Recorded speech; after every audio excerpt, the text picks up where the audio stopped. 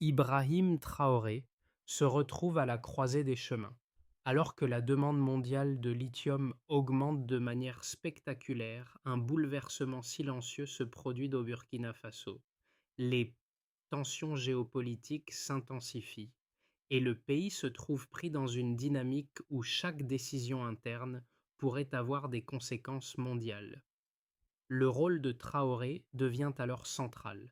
Mais comment réagir face à des forces extérieures qui cherchent à influencer les choix nationaux? Ibrahim Traoré est désormais l'épicentre d'un changement radical où chaque mouvement compte. Le Burkina Faso, un pays aux ressources stratégiques, se trouve à un moment crucial de son histoire. Avec l'augmentation de 50% de la demande mondiale de lithium, la pression sur ses réserves s'intensifie. Cependant, malgré cette richesse naturelle, une grande partie de la valeur générée par l'extraction de ces ressources échappe au pays. Ibrahim Traoré, à la tête du pays, se trouve face à un dilemme de taille. Comment naviguer dans cet environnement complexe où les puissances extérieures exercent une influence grandissante sur ses décisions politiques et économiques, alors que les enjeux géopolitiques s'intensifient, la souveraineté du Burkina Faso est mise à l'épreuve. La réorganisation interne, symbolisée par la dissolution d'un organe électoral financé par des acteurs externes, marque un tournant. Cette réforme, bien qu'apparue comme un simple ajustement administratif, pourrait bien entraîner une transformation plus profonde que ce qui est perçu au premier abord. Le pays est-il prêt à affronter les répercussions de cette décision, à la fois sur le plan national et international? Le Burkina Faso, un pays stratégiquement situé au cœur de l'Afrique de l'Ouest, est sur le point de vivre une transformation radicale. Alors que la demande mondiale de lithium a augmenté de 50%, mettant en lumière la richesse minérale de la région, la situation géopolitique du pays devient de plus en plus complexe. Le Burkina Faso, qui possède d'importantes réserves de ce minerai essentiel pour l'industrie technologique mondiale, se trouve à un carrefour. D'un côté, il y a l'opportunité de se réapproprier une partie de la valeur générée par l'extraction de ces ressources naturelles. De l'autre, la pression des puissances extérieures, notamment celles du Sahel et des pays occidentaux, pour maintenir une influence politique et économique dans la région. Les répercussions de cette dynamique sont profondes. À mesure que les entreprises internationales et les États cherchent à sécuriser l'accès aux ressources du pays, les autorités locales, dirigées par Ibrahim Traoré, sont confrontées à un dilemme de souveraineté. Le Burkina Faso doit-il sacrifier une partie de son autonomie pour attirer les investissements étrangers et maintenir des relations diplomatiques stables? Ou bien peut-il, sous la direction de Traoré, faire face aux pressions extérieures et choisir une voie plus indépendante, même si cela signifie des risques diplomatiques et économiques? La réforme institutionnelle, notamment la dissolution d'un organe électoral financé par des acteurs extérieurs, représente un premier pas vers cette nouvelle orientation. Ce geste, qui a été interprété comme une tentative de regain de contrôle national, pourrait bien être le catalyseur d'une réorganisation plus large du pouvoir au Burkina Faso. Pourtant, les implications de cette décision ne se limitent pas aux frontières du pays. Dans un contexte régional tendu, où les voisins comme le Mali et le Niger sont eux aussi pris dans des luttes de pouvoir et de ressources, chaque mouvement de Traoré pourrait avoir des répercussions bien au-delà du Burkina Faso. Ibrahim Traoré, depuis son ascension au pouvoir, a rapidement compris que son rôle ne se limitait pas à une simple gestion quotidienne du pays. Face à des pressions géopolitiques croissantes et à des défis économiques internes, il s'est trouvé confronté à une question fondamentale. Comment garantir la souveraineté du Burkina Faso tout en naviguant dans un contexte international de plus en plus compétitif? Le pays, riche en ressources naturelles, mais longtemps marginalisé dans les discussions mondiales, se trouve à un tournant critique. Traoré, avec une vision audacieuse, a choisi de réformer profondément le système politique du pays, visant à renforcer l'autonomie nationale. L'une des premières mesures visibles fut la dissolution d'un organe électoral financé par des puissances extérieures, bien que ce geste ait été perçu par certains comme une simple réorganisation administrative. Il symbolise en réalité une tentative de reprendre le contrôle sur les institutions essentielles du pays. Ce n'était pas qu'une question technique, mais un message fort envoyé aux acteurs étrangers. Le Burkina Faso ne souhaite plus être un spectateur passif dans la gestion de ses ressources et de ses affaires internes. Derrière cette décision se cache une transformation plus large qui se met en place à un rythme plus rapide qu'attendu. Les autorités locales, autrefois cantonnées à un rôle secondaire, voient désormais leurs responsabilités étendues. Les administrateurs jeunes et dynamiques du pays, longtemps confinés à des fonctions périphériques, deviennent de plus en plus influents. Ils jouent un rôle central dans la gestion du pays, renforçant ainsi l'empreinte de la souveraineté nationale. Les effets de cette réforme se ressentent déjà dans les structures administratives et les relations internationales du Burkina Faso, mais la véritable ampleur de ce changement reste encore à découvrir. Le Burkina Faso traverse une période de turbulences géopolitiques et économiques, accentuée par la montée en flèche de la demande mondiale de lithium. Ce minerai, essentiel à la transition énergétique et à l'industrie technologique, est un atout stratégique pour le pays. Cependant, ce potentiel n'a pas été exploité à sa juste valeur. Pendant des décennies, le Burkina Faso a été une source de matières premières pour les grandes puissances, sans en tirer les bénéfices économiques qu'il aurait dû. L'augmentation de la demande pour le lithium crée une pression immédiate sur les réserves minérales du pays, mais aussi sur sa souveraineté. Les premiers signes de cette évolution ont été observés avec la décision controversée de dissoudre un organe électoral financé par des acteurs extérieurs. Ce geste, qui semblait n'être qu'un ajustement technique dans la gouvernance du pays, a provoqué un choc. Les acteurs internationaux, notamment ceux du Sahel et des anciennes puissances coloniales, ont réagi avec prudence, certains exprimant des inquiétudes quant à la stabilité politique du Burkina Faso. Mais derrière cette mesure, il y a un message clair. Le pays aspire à reprendre le contrôle de ses décisions internes. Cette première décision a déclenché une série d'événements qui ont secoué les structures politiques et administratives du pays. À Ouagadougou, la capitale, des jeunes administrateurs ont commencé à voir leurs responsabilités élargies. Ces personnes, auparavant reléguées à des postes même secondaires, sont devenues des figures centrales dans la gestion des affaires nationales. Ce changement n'a pas été limité à la sphère administrative. Il a également eu des répercussions sur la sécurité nationale. Les zones frontalières, notamment celles proches du Mali et du Niger, ont vu un renforcement des patrouilles et une intensification de la surveillance des zones riches en ressources naturelles. Les, les tensions régionales ont atteint un point culminant. Le Mali, voisin immédiat du Burkina Faso, a observé de près les changements politiques dans le pays, sachant qu'ils pourraient avoir des conséquences directes sur la sécurité et la gestion des ressources minérales dans la région. Les groupes armés, déjà actifs dans le Sahel, ont intensifié leurs mouvements près des frontières, en particulier dans les zones riches en lithium. Ce climat d'incertitude a alimenté les préoccupations concernant une escalade des conflits régionaux. À l'international, la réaction a été partagée. Certains pays occidentaux ont exprimé leur inquiétude face à la dissolution de l'organe électoral, qu'ils considéraient comme un signe d'un éloignement des principes démocratiques. Mais pour de nombreux observateurs locaux et régionaux, cette décision était perçue comme une tentative de rétablir l'ordre et la stabilité interne, loin des influences extérieures.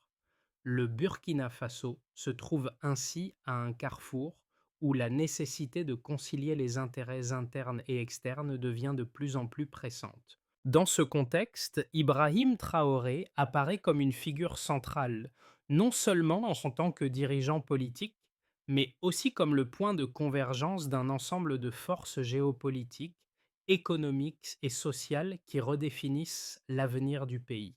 La direction qu'il prendra dans les mois à venir déterminera non seulement la trajectoire du Burkina Faso, mais également celle de l'ensemble du Sahel.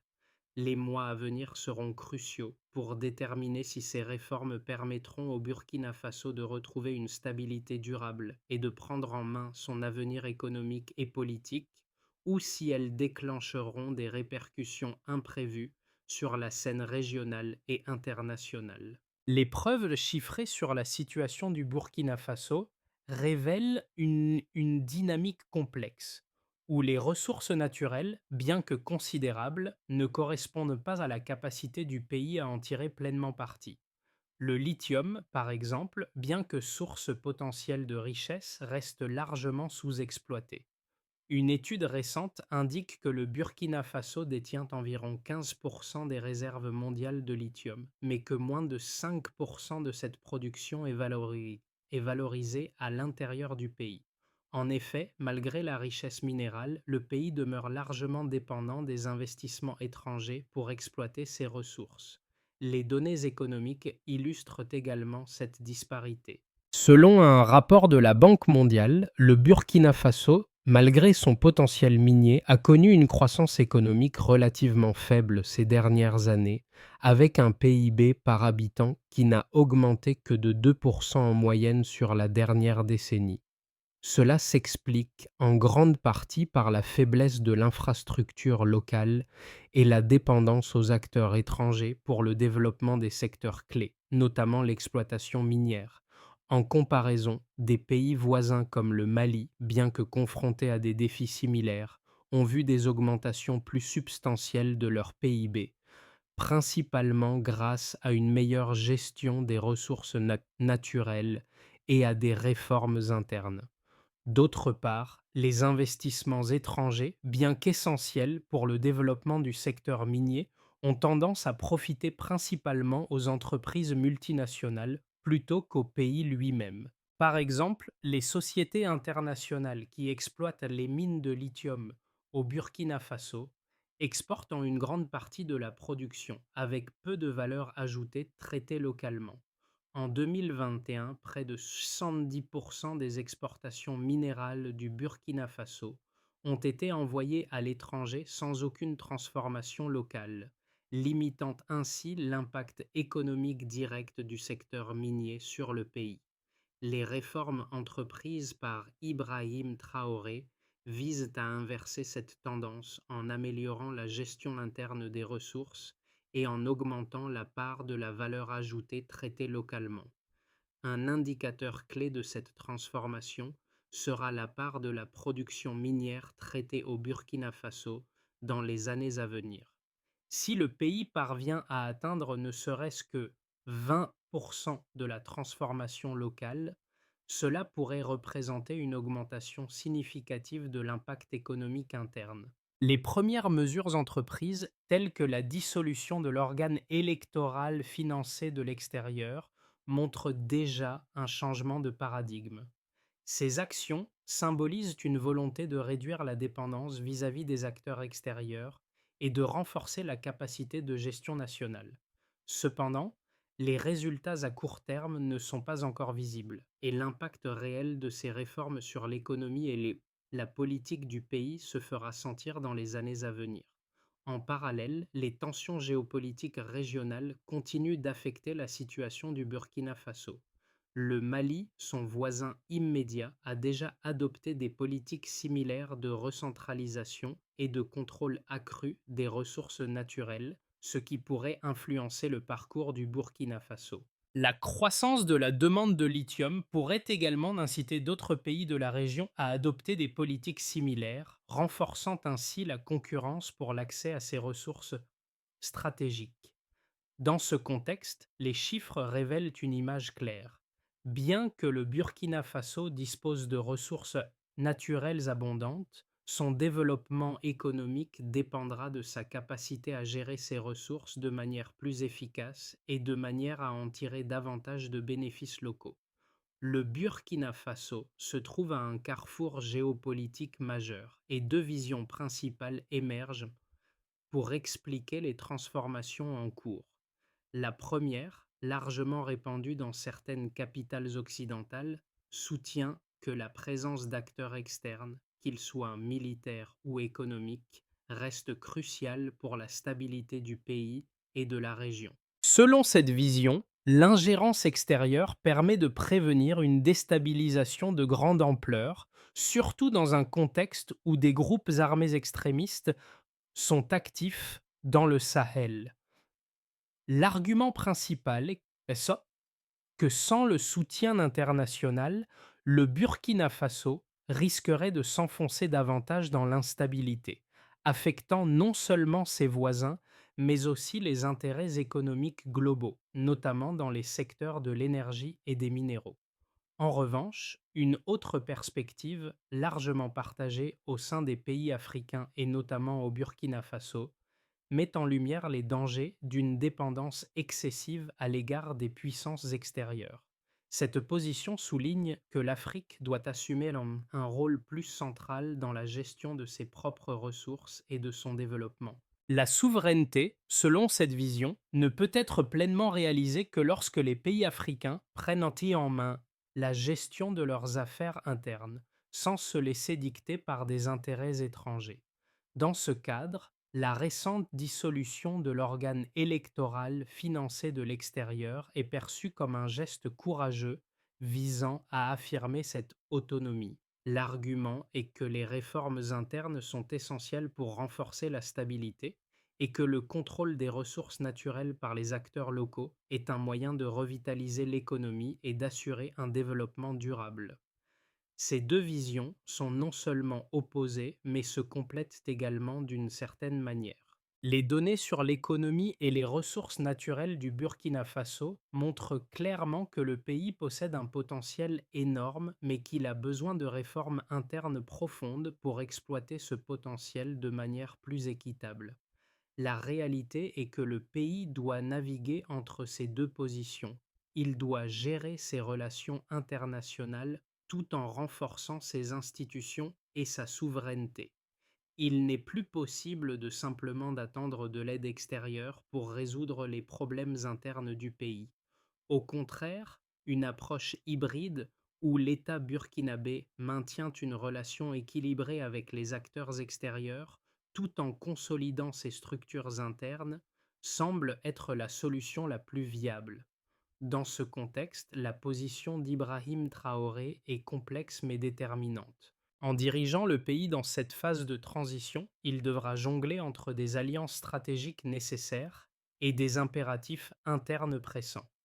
La manière dont il navigue entre ces deux forces opposées pourrait bien déterminer non seulement la stabilité du Burkina Faso, mais aussi celle de la région du Sahel dans son ensemble.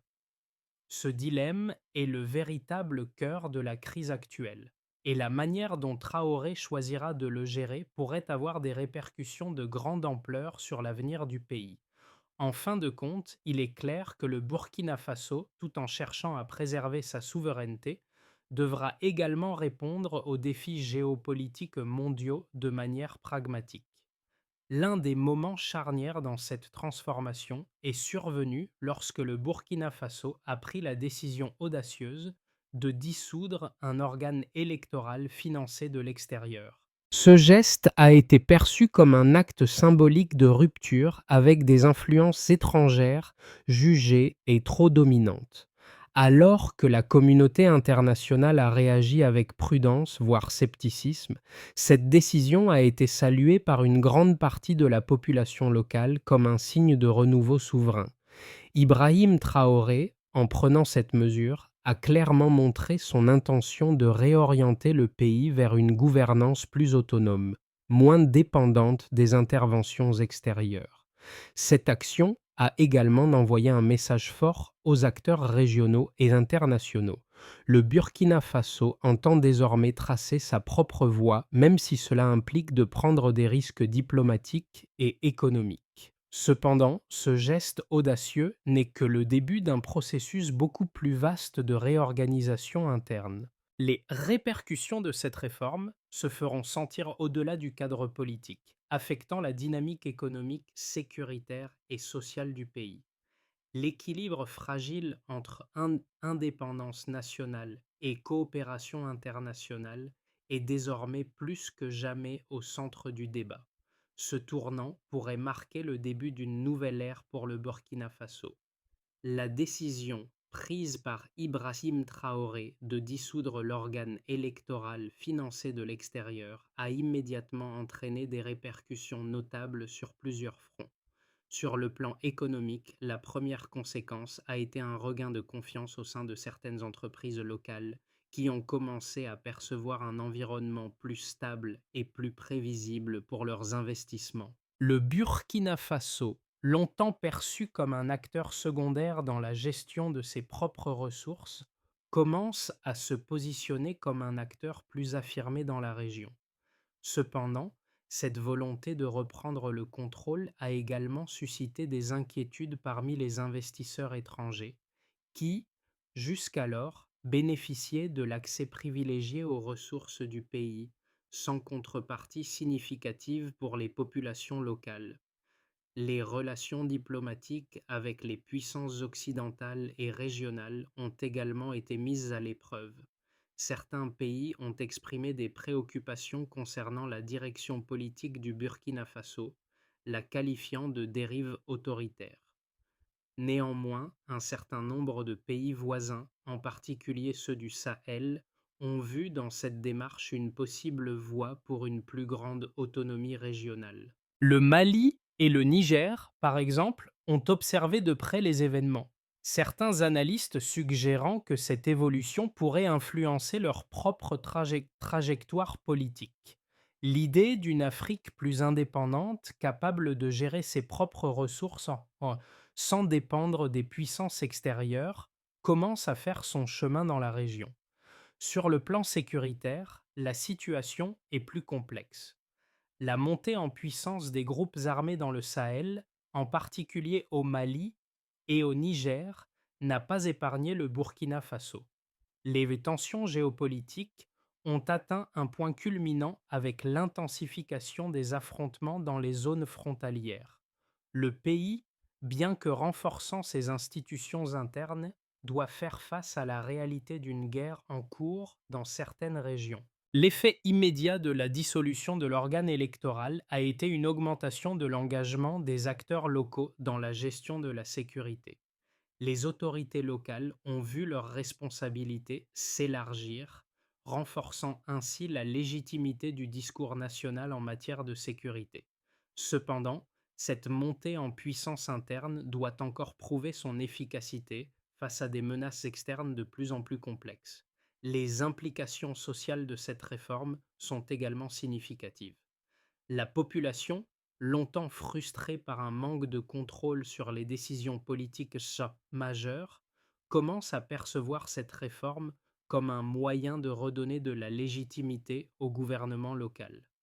L'affirmation de la souveraineté nationale dans ce contexte a été saluée par de nombreuses voix locales qui réclamaient un retour à un modèle de gouvernance plus proche des réalités du terrain. Toutefois, les défis restent immenses. Le pays doit surmonter de nombreuses difficultés internes, notamment la gestion de ses ressources, l'amélioration de l'infrastructure et la résolution des tensions sociales qui continuent de persister. Les mois à venir s'annoncent décisifs pour la stabilité du Burkina Faso, car la capacité du gouvernement à maintenir cet équilibre entre souveraineté et coopération régionale sera mise à l'épreuve. Dans les 6 à 12 prochains mois, l'avenir du Burkina Faso pourrait prendre trois directions différentes, chacune façonnée par la manière dont le gouvernement d'Ibrahim Traoré navigue entre les pressions internes et externes. D'abord, imaginons un scénario de base. Dans ce scénario, le Burkina Faso parvient à maintenir un équilibre fragile entre souveraineté nationale et coopération régionale. Le gouvernement de Traoré réussit à consolider ses réformes internes, tout en préservant des relations diplomatiques modérées avec les acteurs extérieurs. Les réformes économiques, notamment dans le secteur minier, commencent à porter leurs fruits avec un léger accroissement de la valeur ajoutée locale. Cependant, les défis sécuritaires demeurent, notamment dans les régions frontalières, où les tensions avec les groupes armés persistent.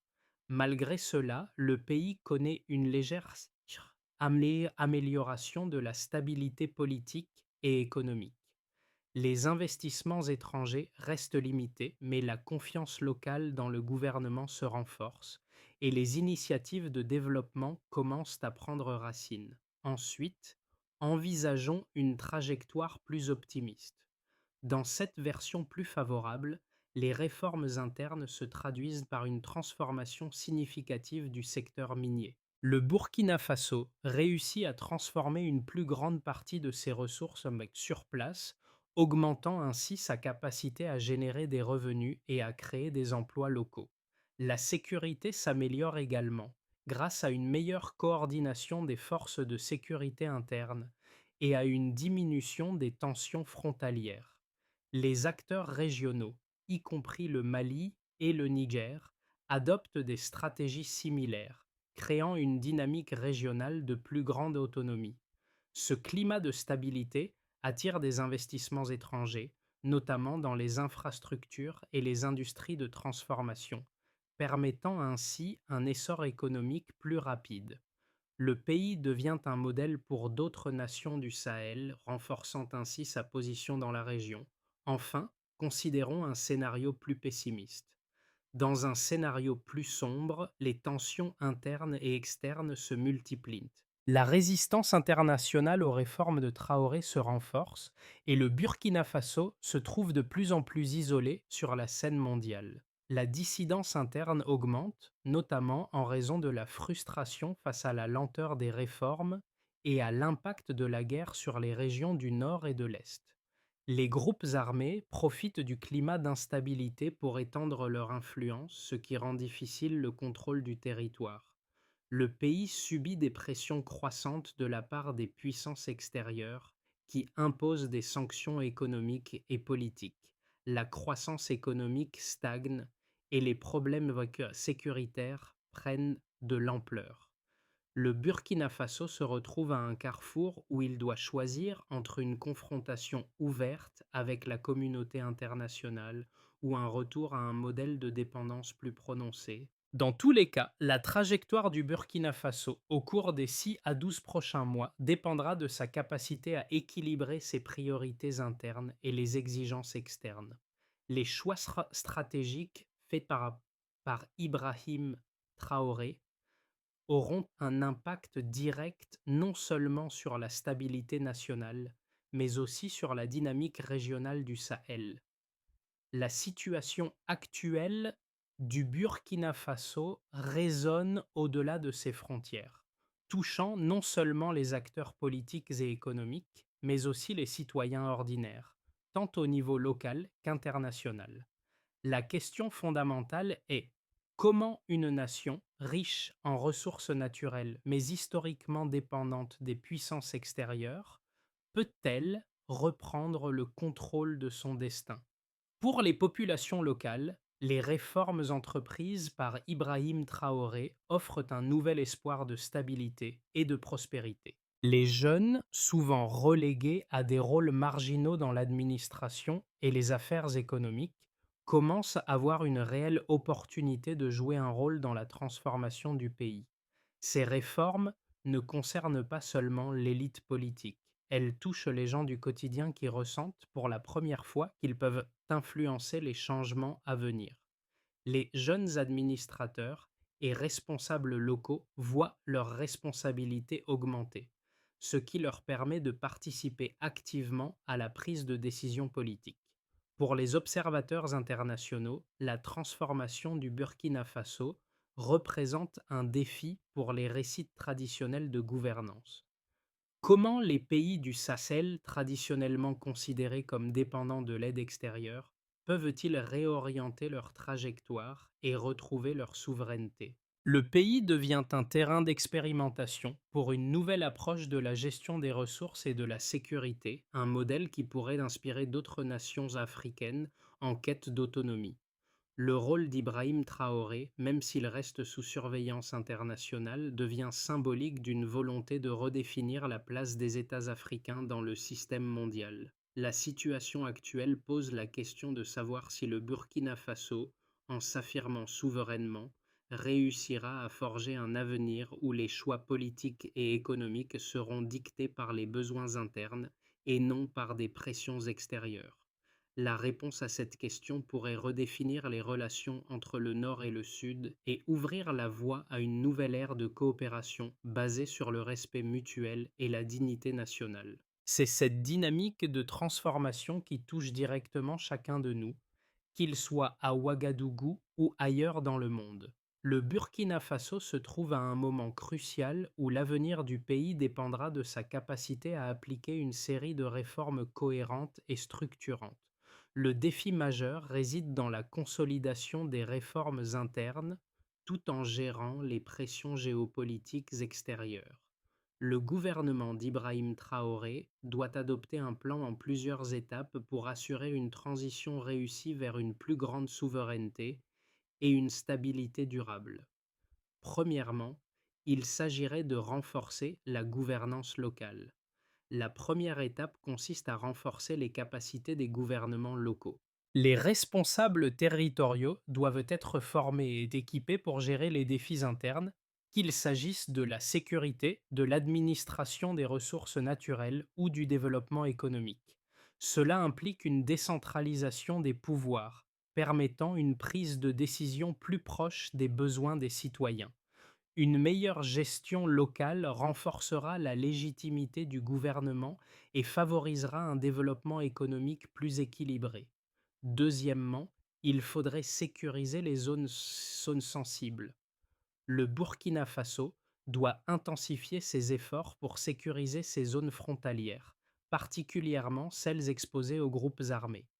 La coordination entre les forces de sécurité interne et les acteurs régionaux est essentielle. Des mesures de prévention, telles que le renforcement de la surveillance et la création de nouvelles unités spécialisées, doivent être mises en œuvre pour protéger les citoyens et assurer la stabilité des régions clés. Une paix durable dans ces zones permettra également de renforcer la confiance des investisseurs. Troisièmement, il serait nécessaire de rééquilibrer les partenariats économiques. Le pays doit renégocier ses accords économiques avec les puissances étrangères pour s'assurer que les ressources naturelles sont davantage exploitées localement. Une part significative de la valeur ajoutée doit rester dans le pays, ce qui nécessite des investissements dans les infrastructures et dans l'industrialisation. En parallèle, le Burkina Faso devrait promouvoir une économie plus diversifiée, qui ne soit pas uniquement dépendante des ressources minières. Le secteur agricole et les technologies devraient également être au cœur des priorités pour garantir un développement durable. Quatrièmement, il deviendrait essentiel de clarifier le récit national. La communication est essentielle pour maintenir l'adhésion des populations et contrer les narratifs externes. Le gouvernement doit clarifier sa position en matière de souveraineté et de gouvernance, en expliquant clairement les bénéfices des réformes et en assurant une transparence totale. Cela permettra non seulement de renforcer la confiance interne, mais aussi de désamorcer les critiques internationales. Cinquièmement, il faudrait consolider les alliances régionales. Enfin, le Burkina Faso doit renforcer ses alliances avec les pays voisins et participer activement à la coopération régionale. La mise en place de stratégies communes en matière de sécurité et de développement économique contribuera à stabiliser le Sahel et à renforcer la position du pays au sein de la communauté internationale. En suivant ces étapes, le Burkina Faso pourra non seulement renforcer sa souveraineté, mais aussi bâtir un avenir plus prospère et stable pour ses citoyens. Au cœur de cette transformation, une question essentielle persiste. Quelle place le Burkina Faso va-t-il occuper dans le monde de demain? Alors que le pays prend des décisions audacieuses pour redéfinir son avenir, il est important de se rappeler que chaque action d'entreprise par Ibrahim Traoré s'inscrit dans une histoire plus large.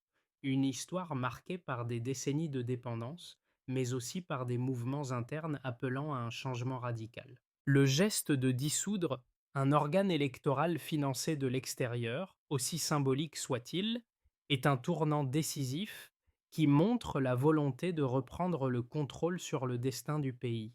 Ce mouvement de transformation n'est pas seulement politique, il résonne profondément dans le quotidien des Burkinabés qui aspirent à plus de justice, de stabilité et de prospérité. Le nom d'Ibrahim Traoré, au-delà de son rôle de dirigeant, devient celui d'un catalyseur de ce changement, celui qui incarne les espoirs de millions de citoyens. Chaque décision qu'il prend, chaque réforme qu'il met en place, ne fait pas que réorganiser les institutions. Elles redéfinissent l'idée même de ce que peut être un pays souverain, capable de maîtriser ses ressources et de tracer sa propre voie. À travers ces gestes, le Burkina Faso ne se contente pas de se réinventer. Il redonne aussi espoir à toute une génération qui rêve d'un avenir qu'il pourra façonner lui-même. Le Burkina Faso est à un tournant historique. Les réformes entreprises par Ibrahim Traoré marquent un renouveau pour le pays et pourraient bien redéfinir les relations entre l'Afrique et le reste du monde. Cependant, il reste encore beaucoup à faire. Chaque décision prise, chaque étape franchie par le gouvernement a un impact direct sur la vie des citoyens. Le chemin vers une véritable souveraineté et stabilité ne sera pas facile, mais il est à portée de main.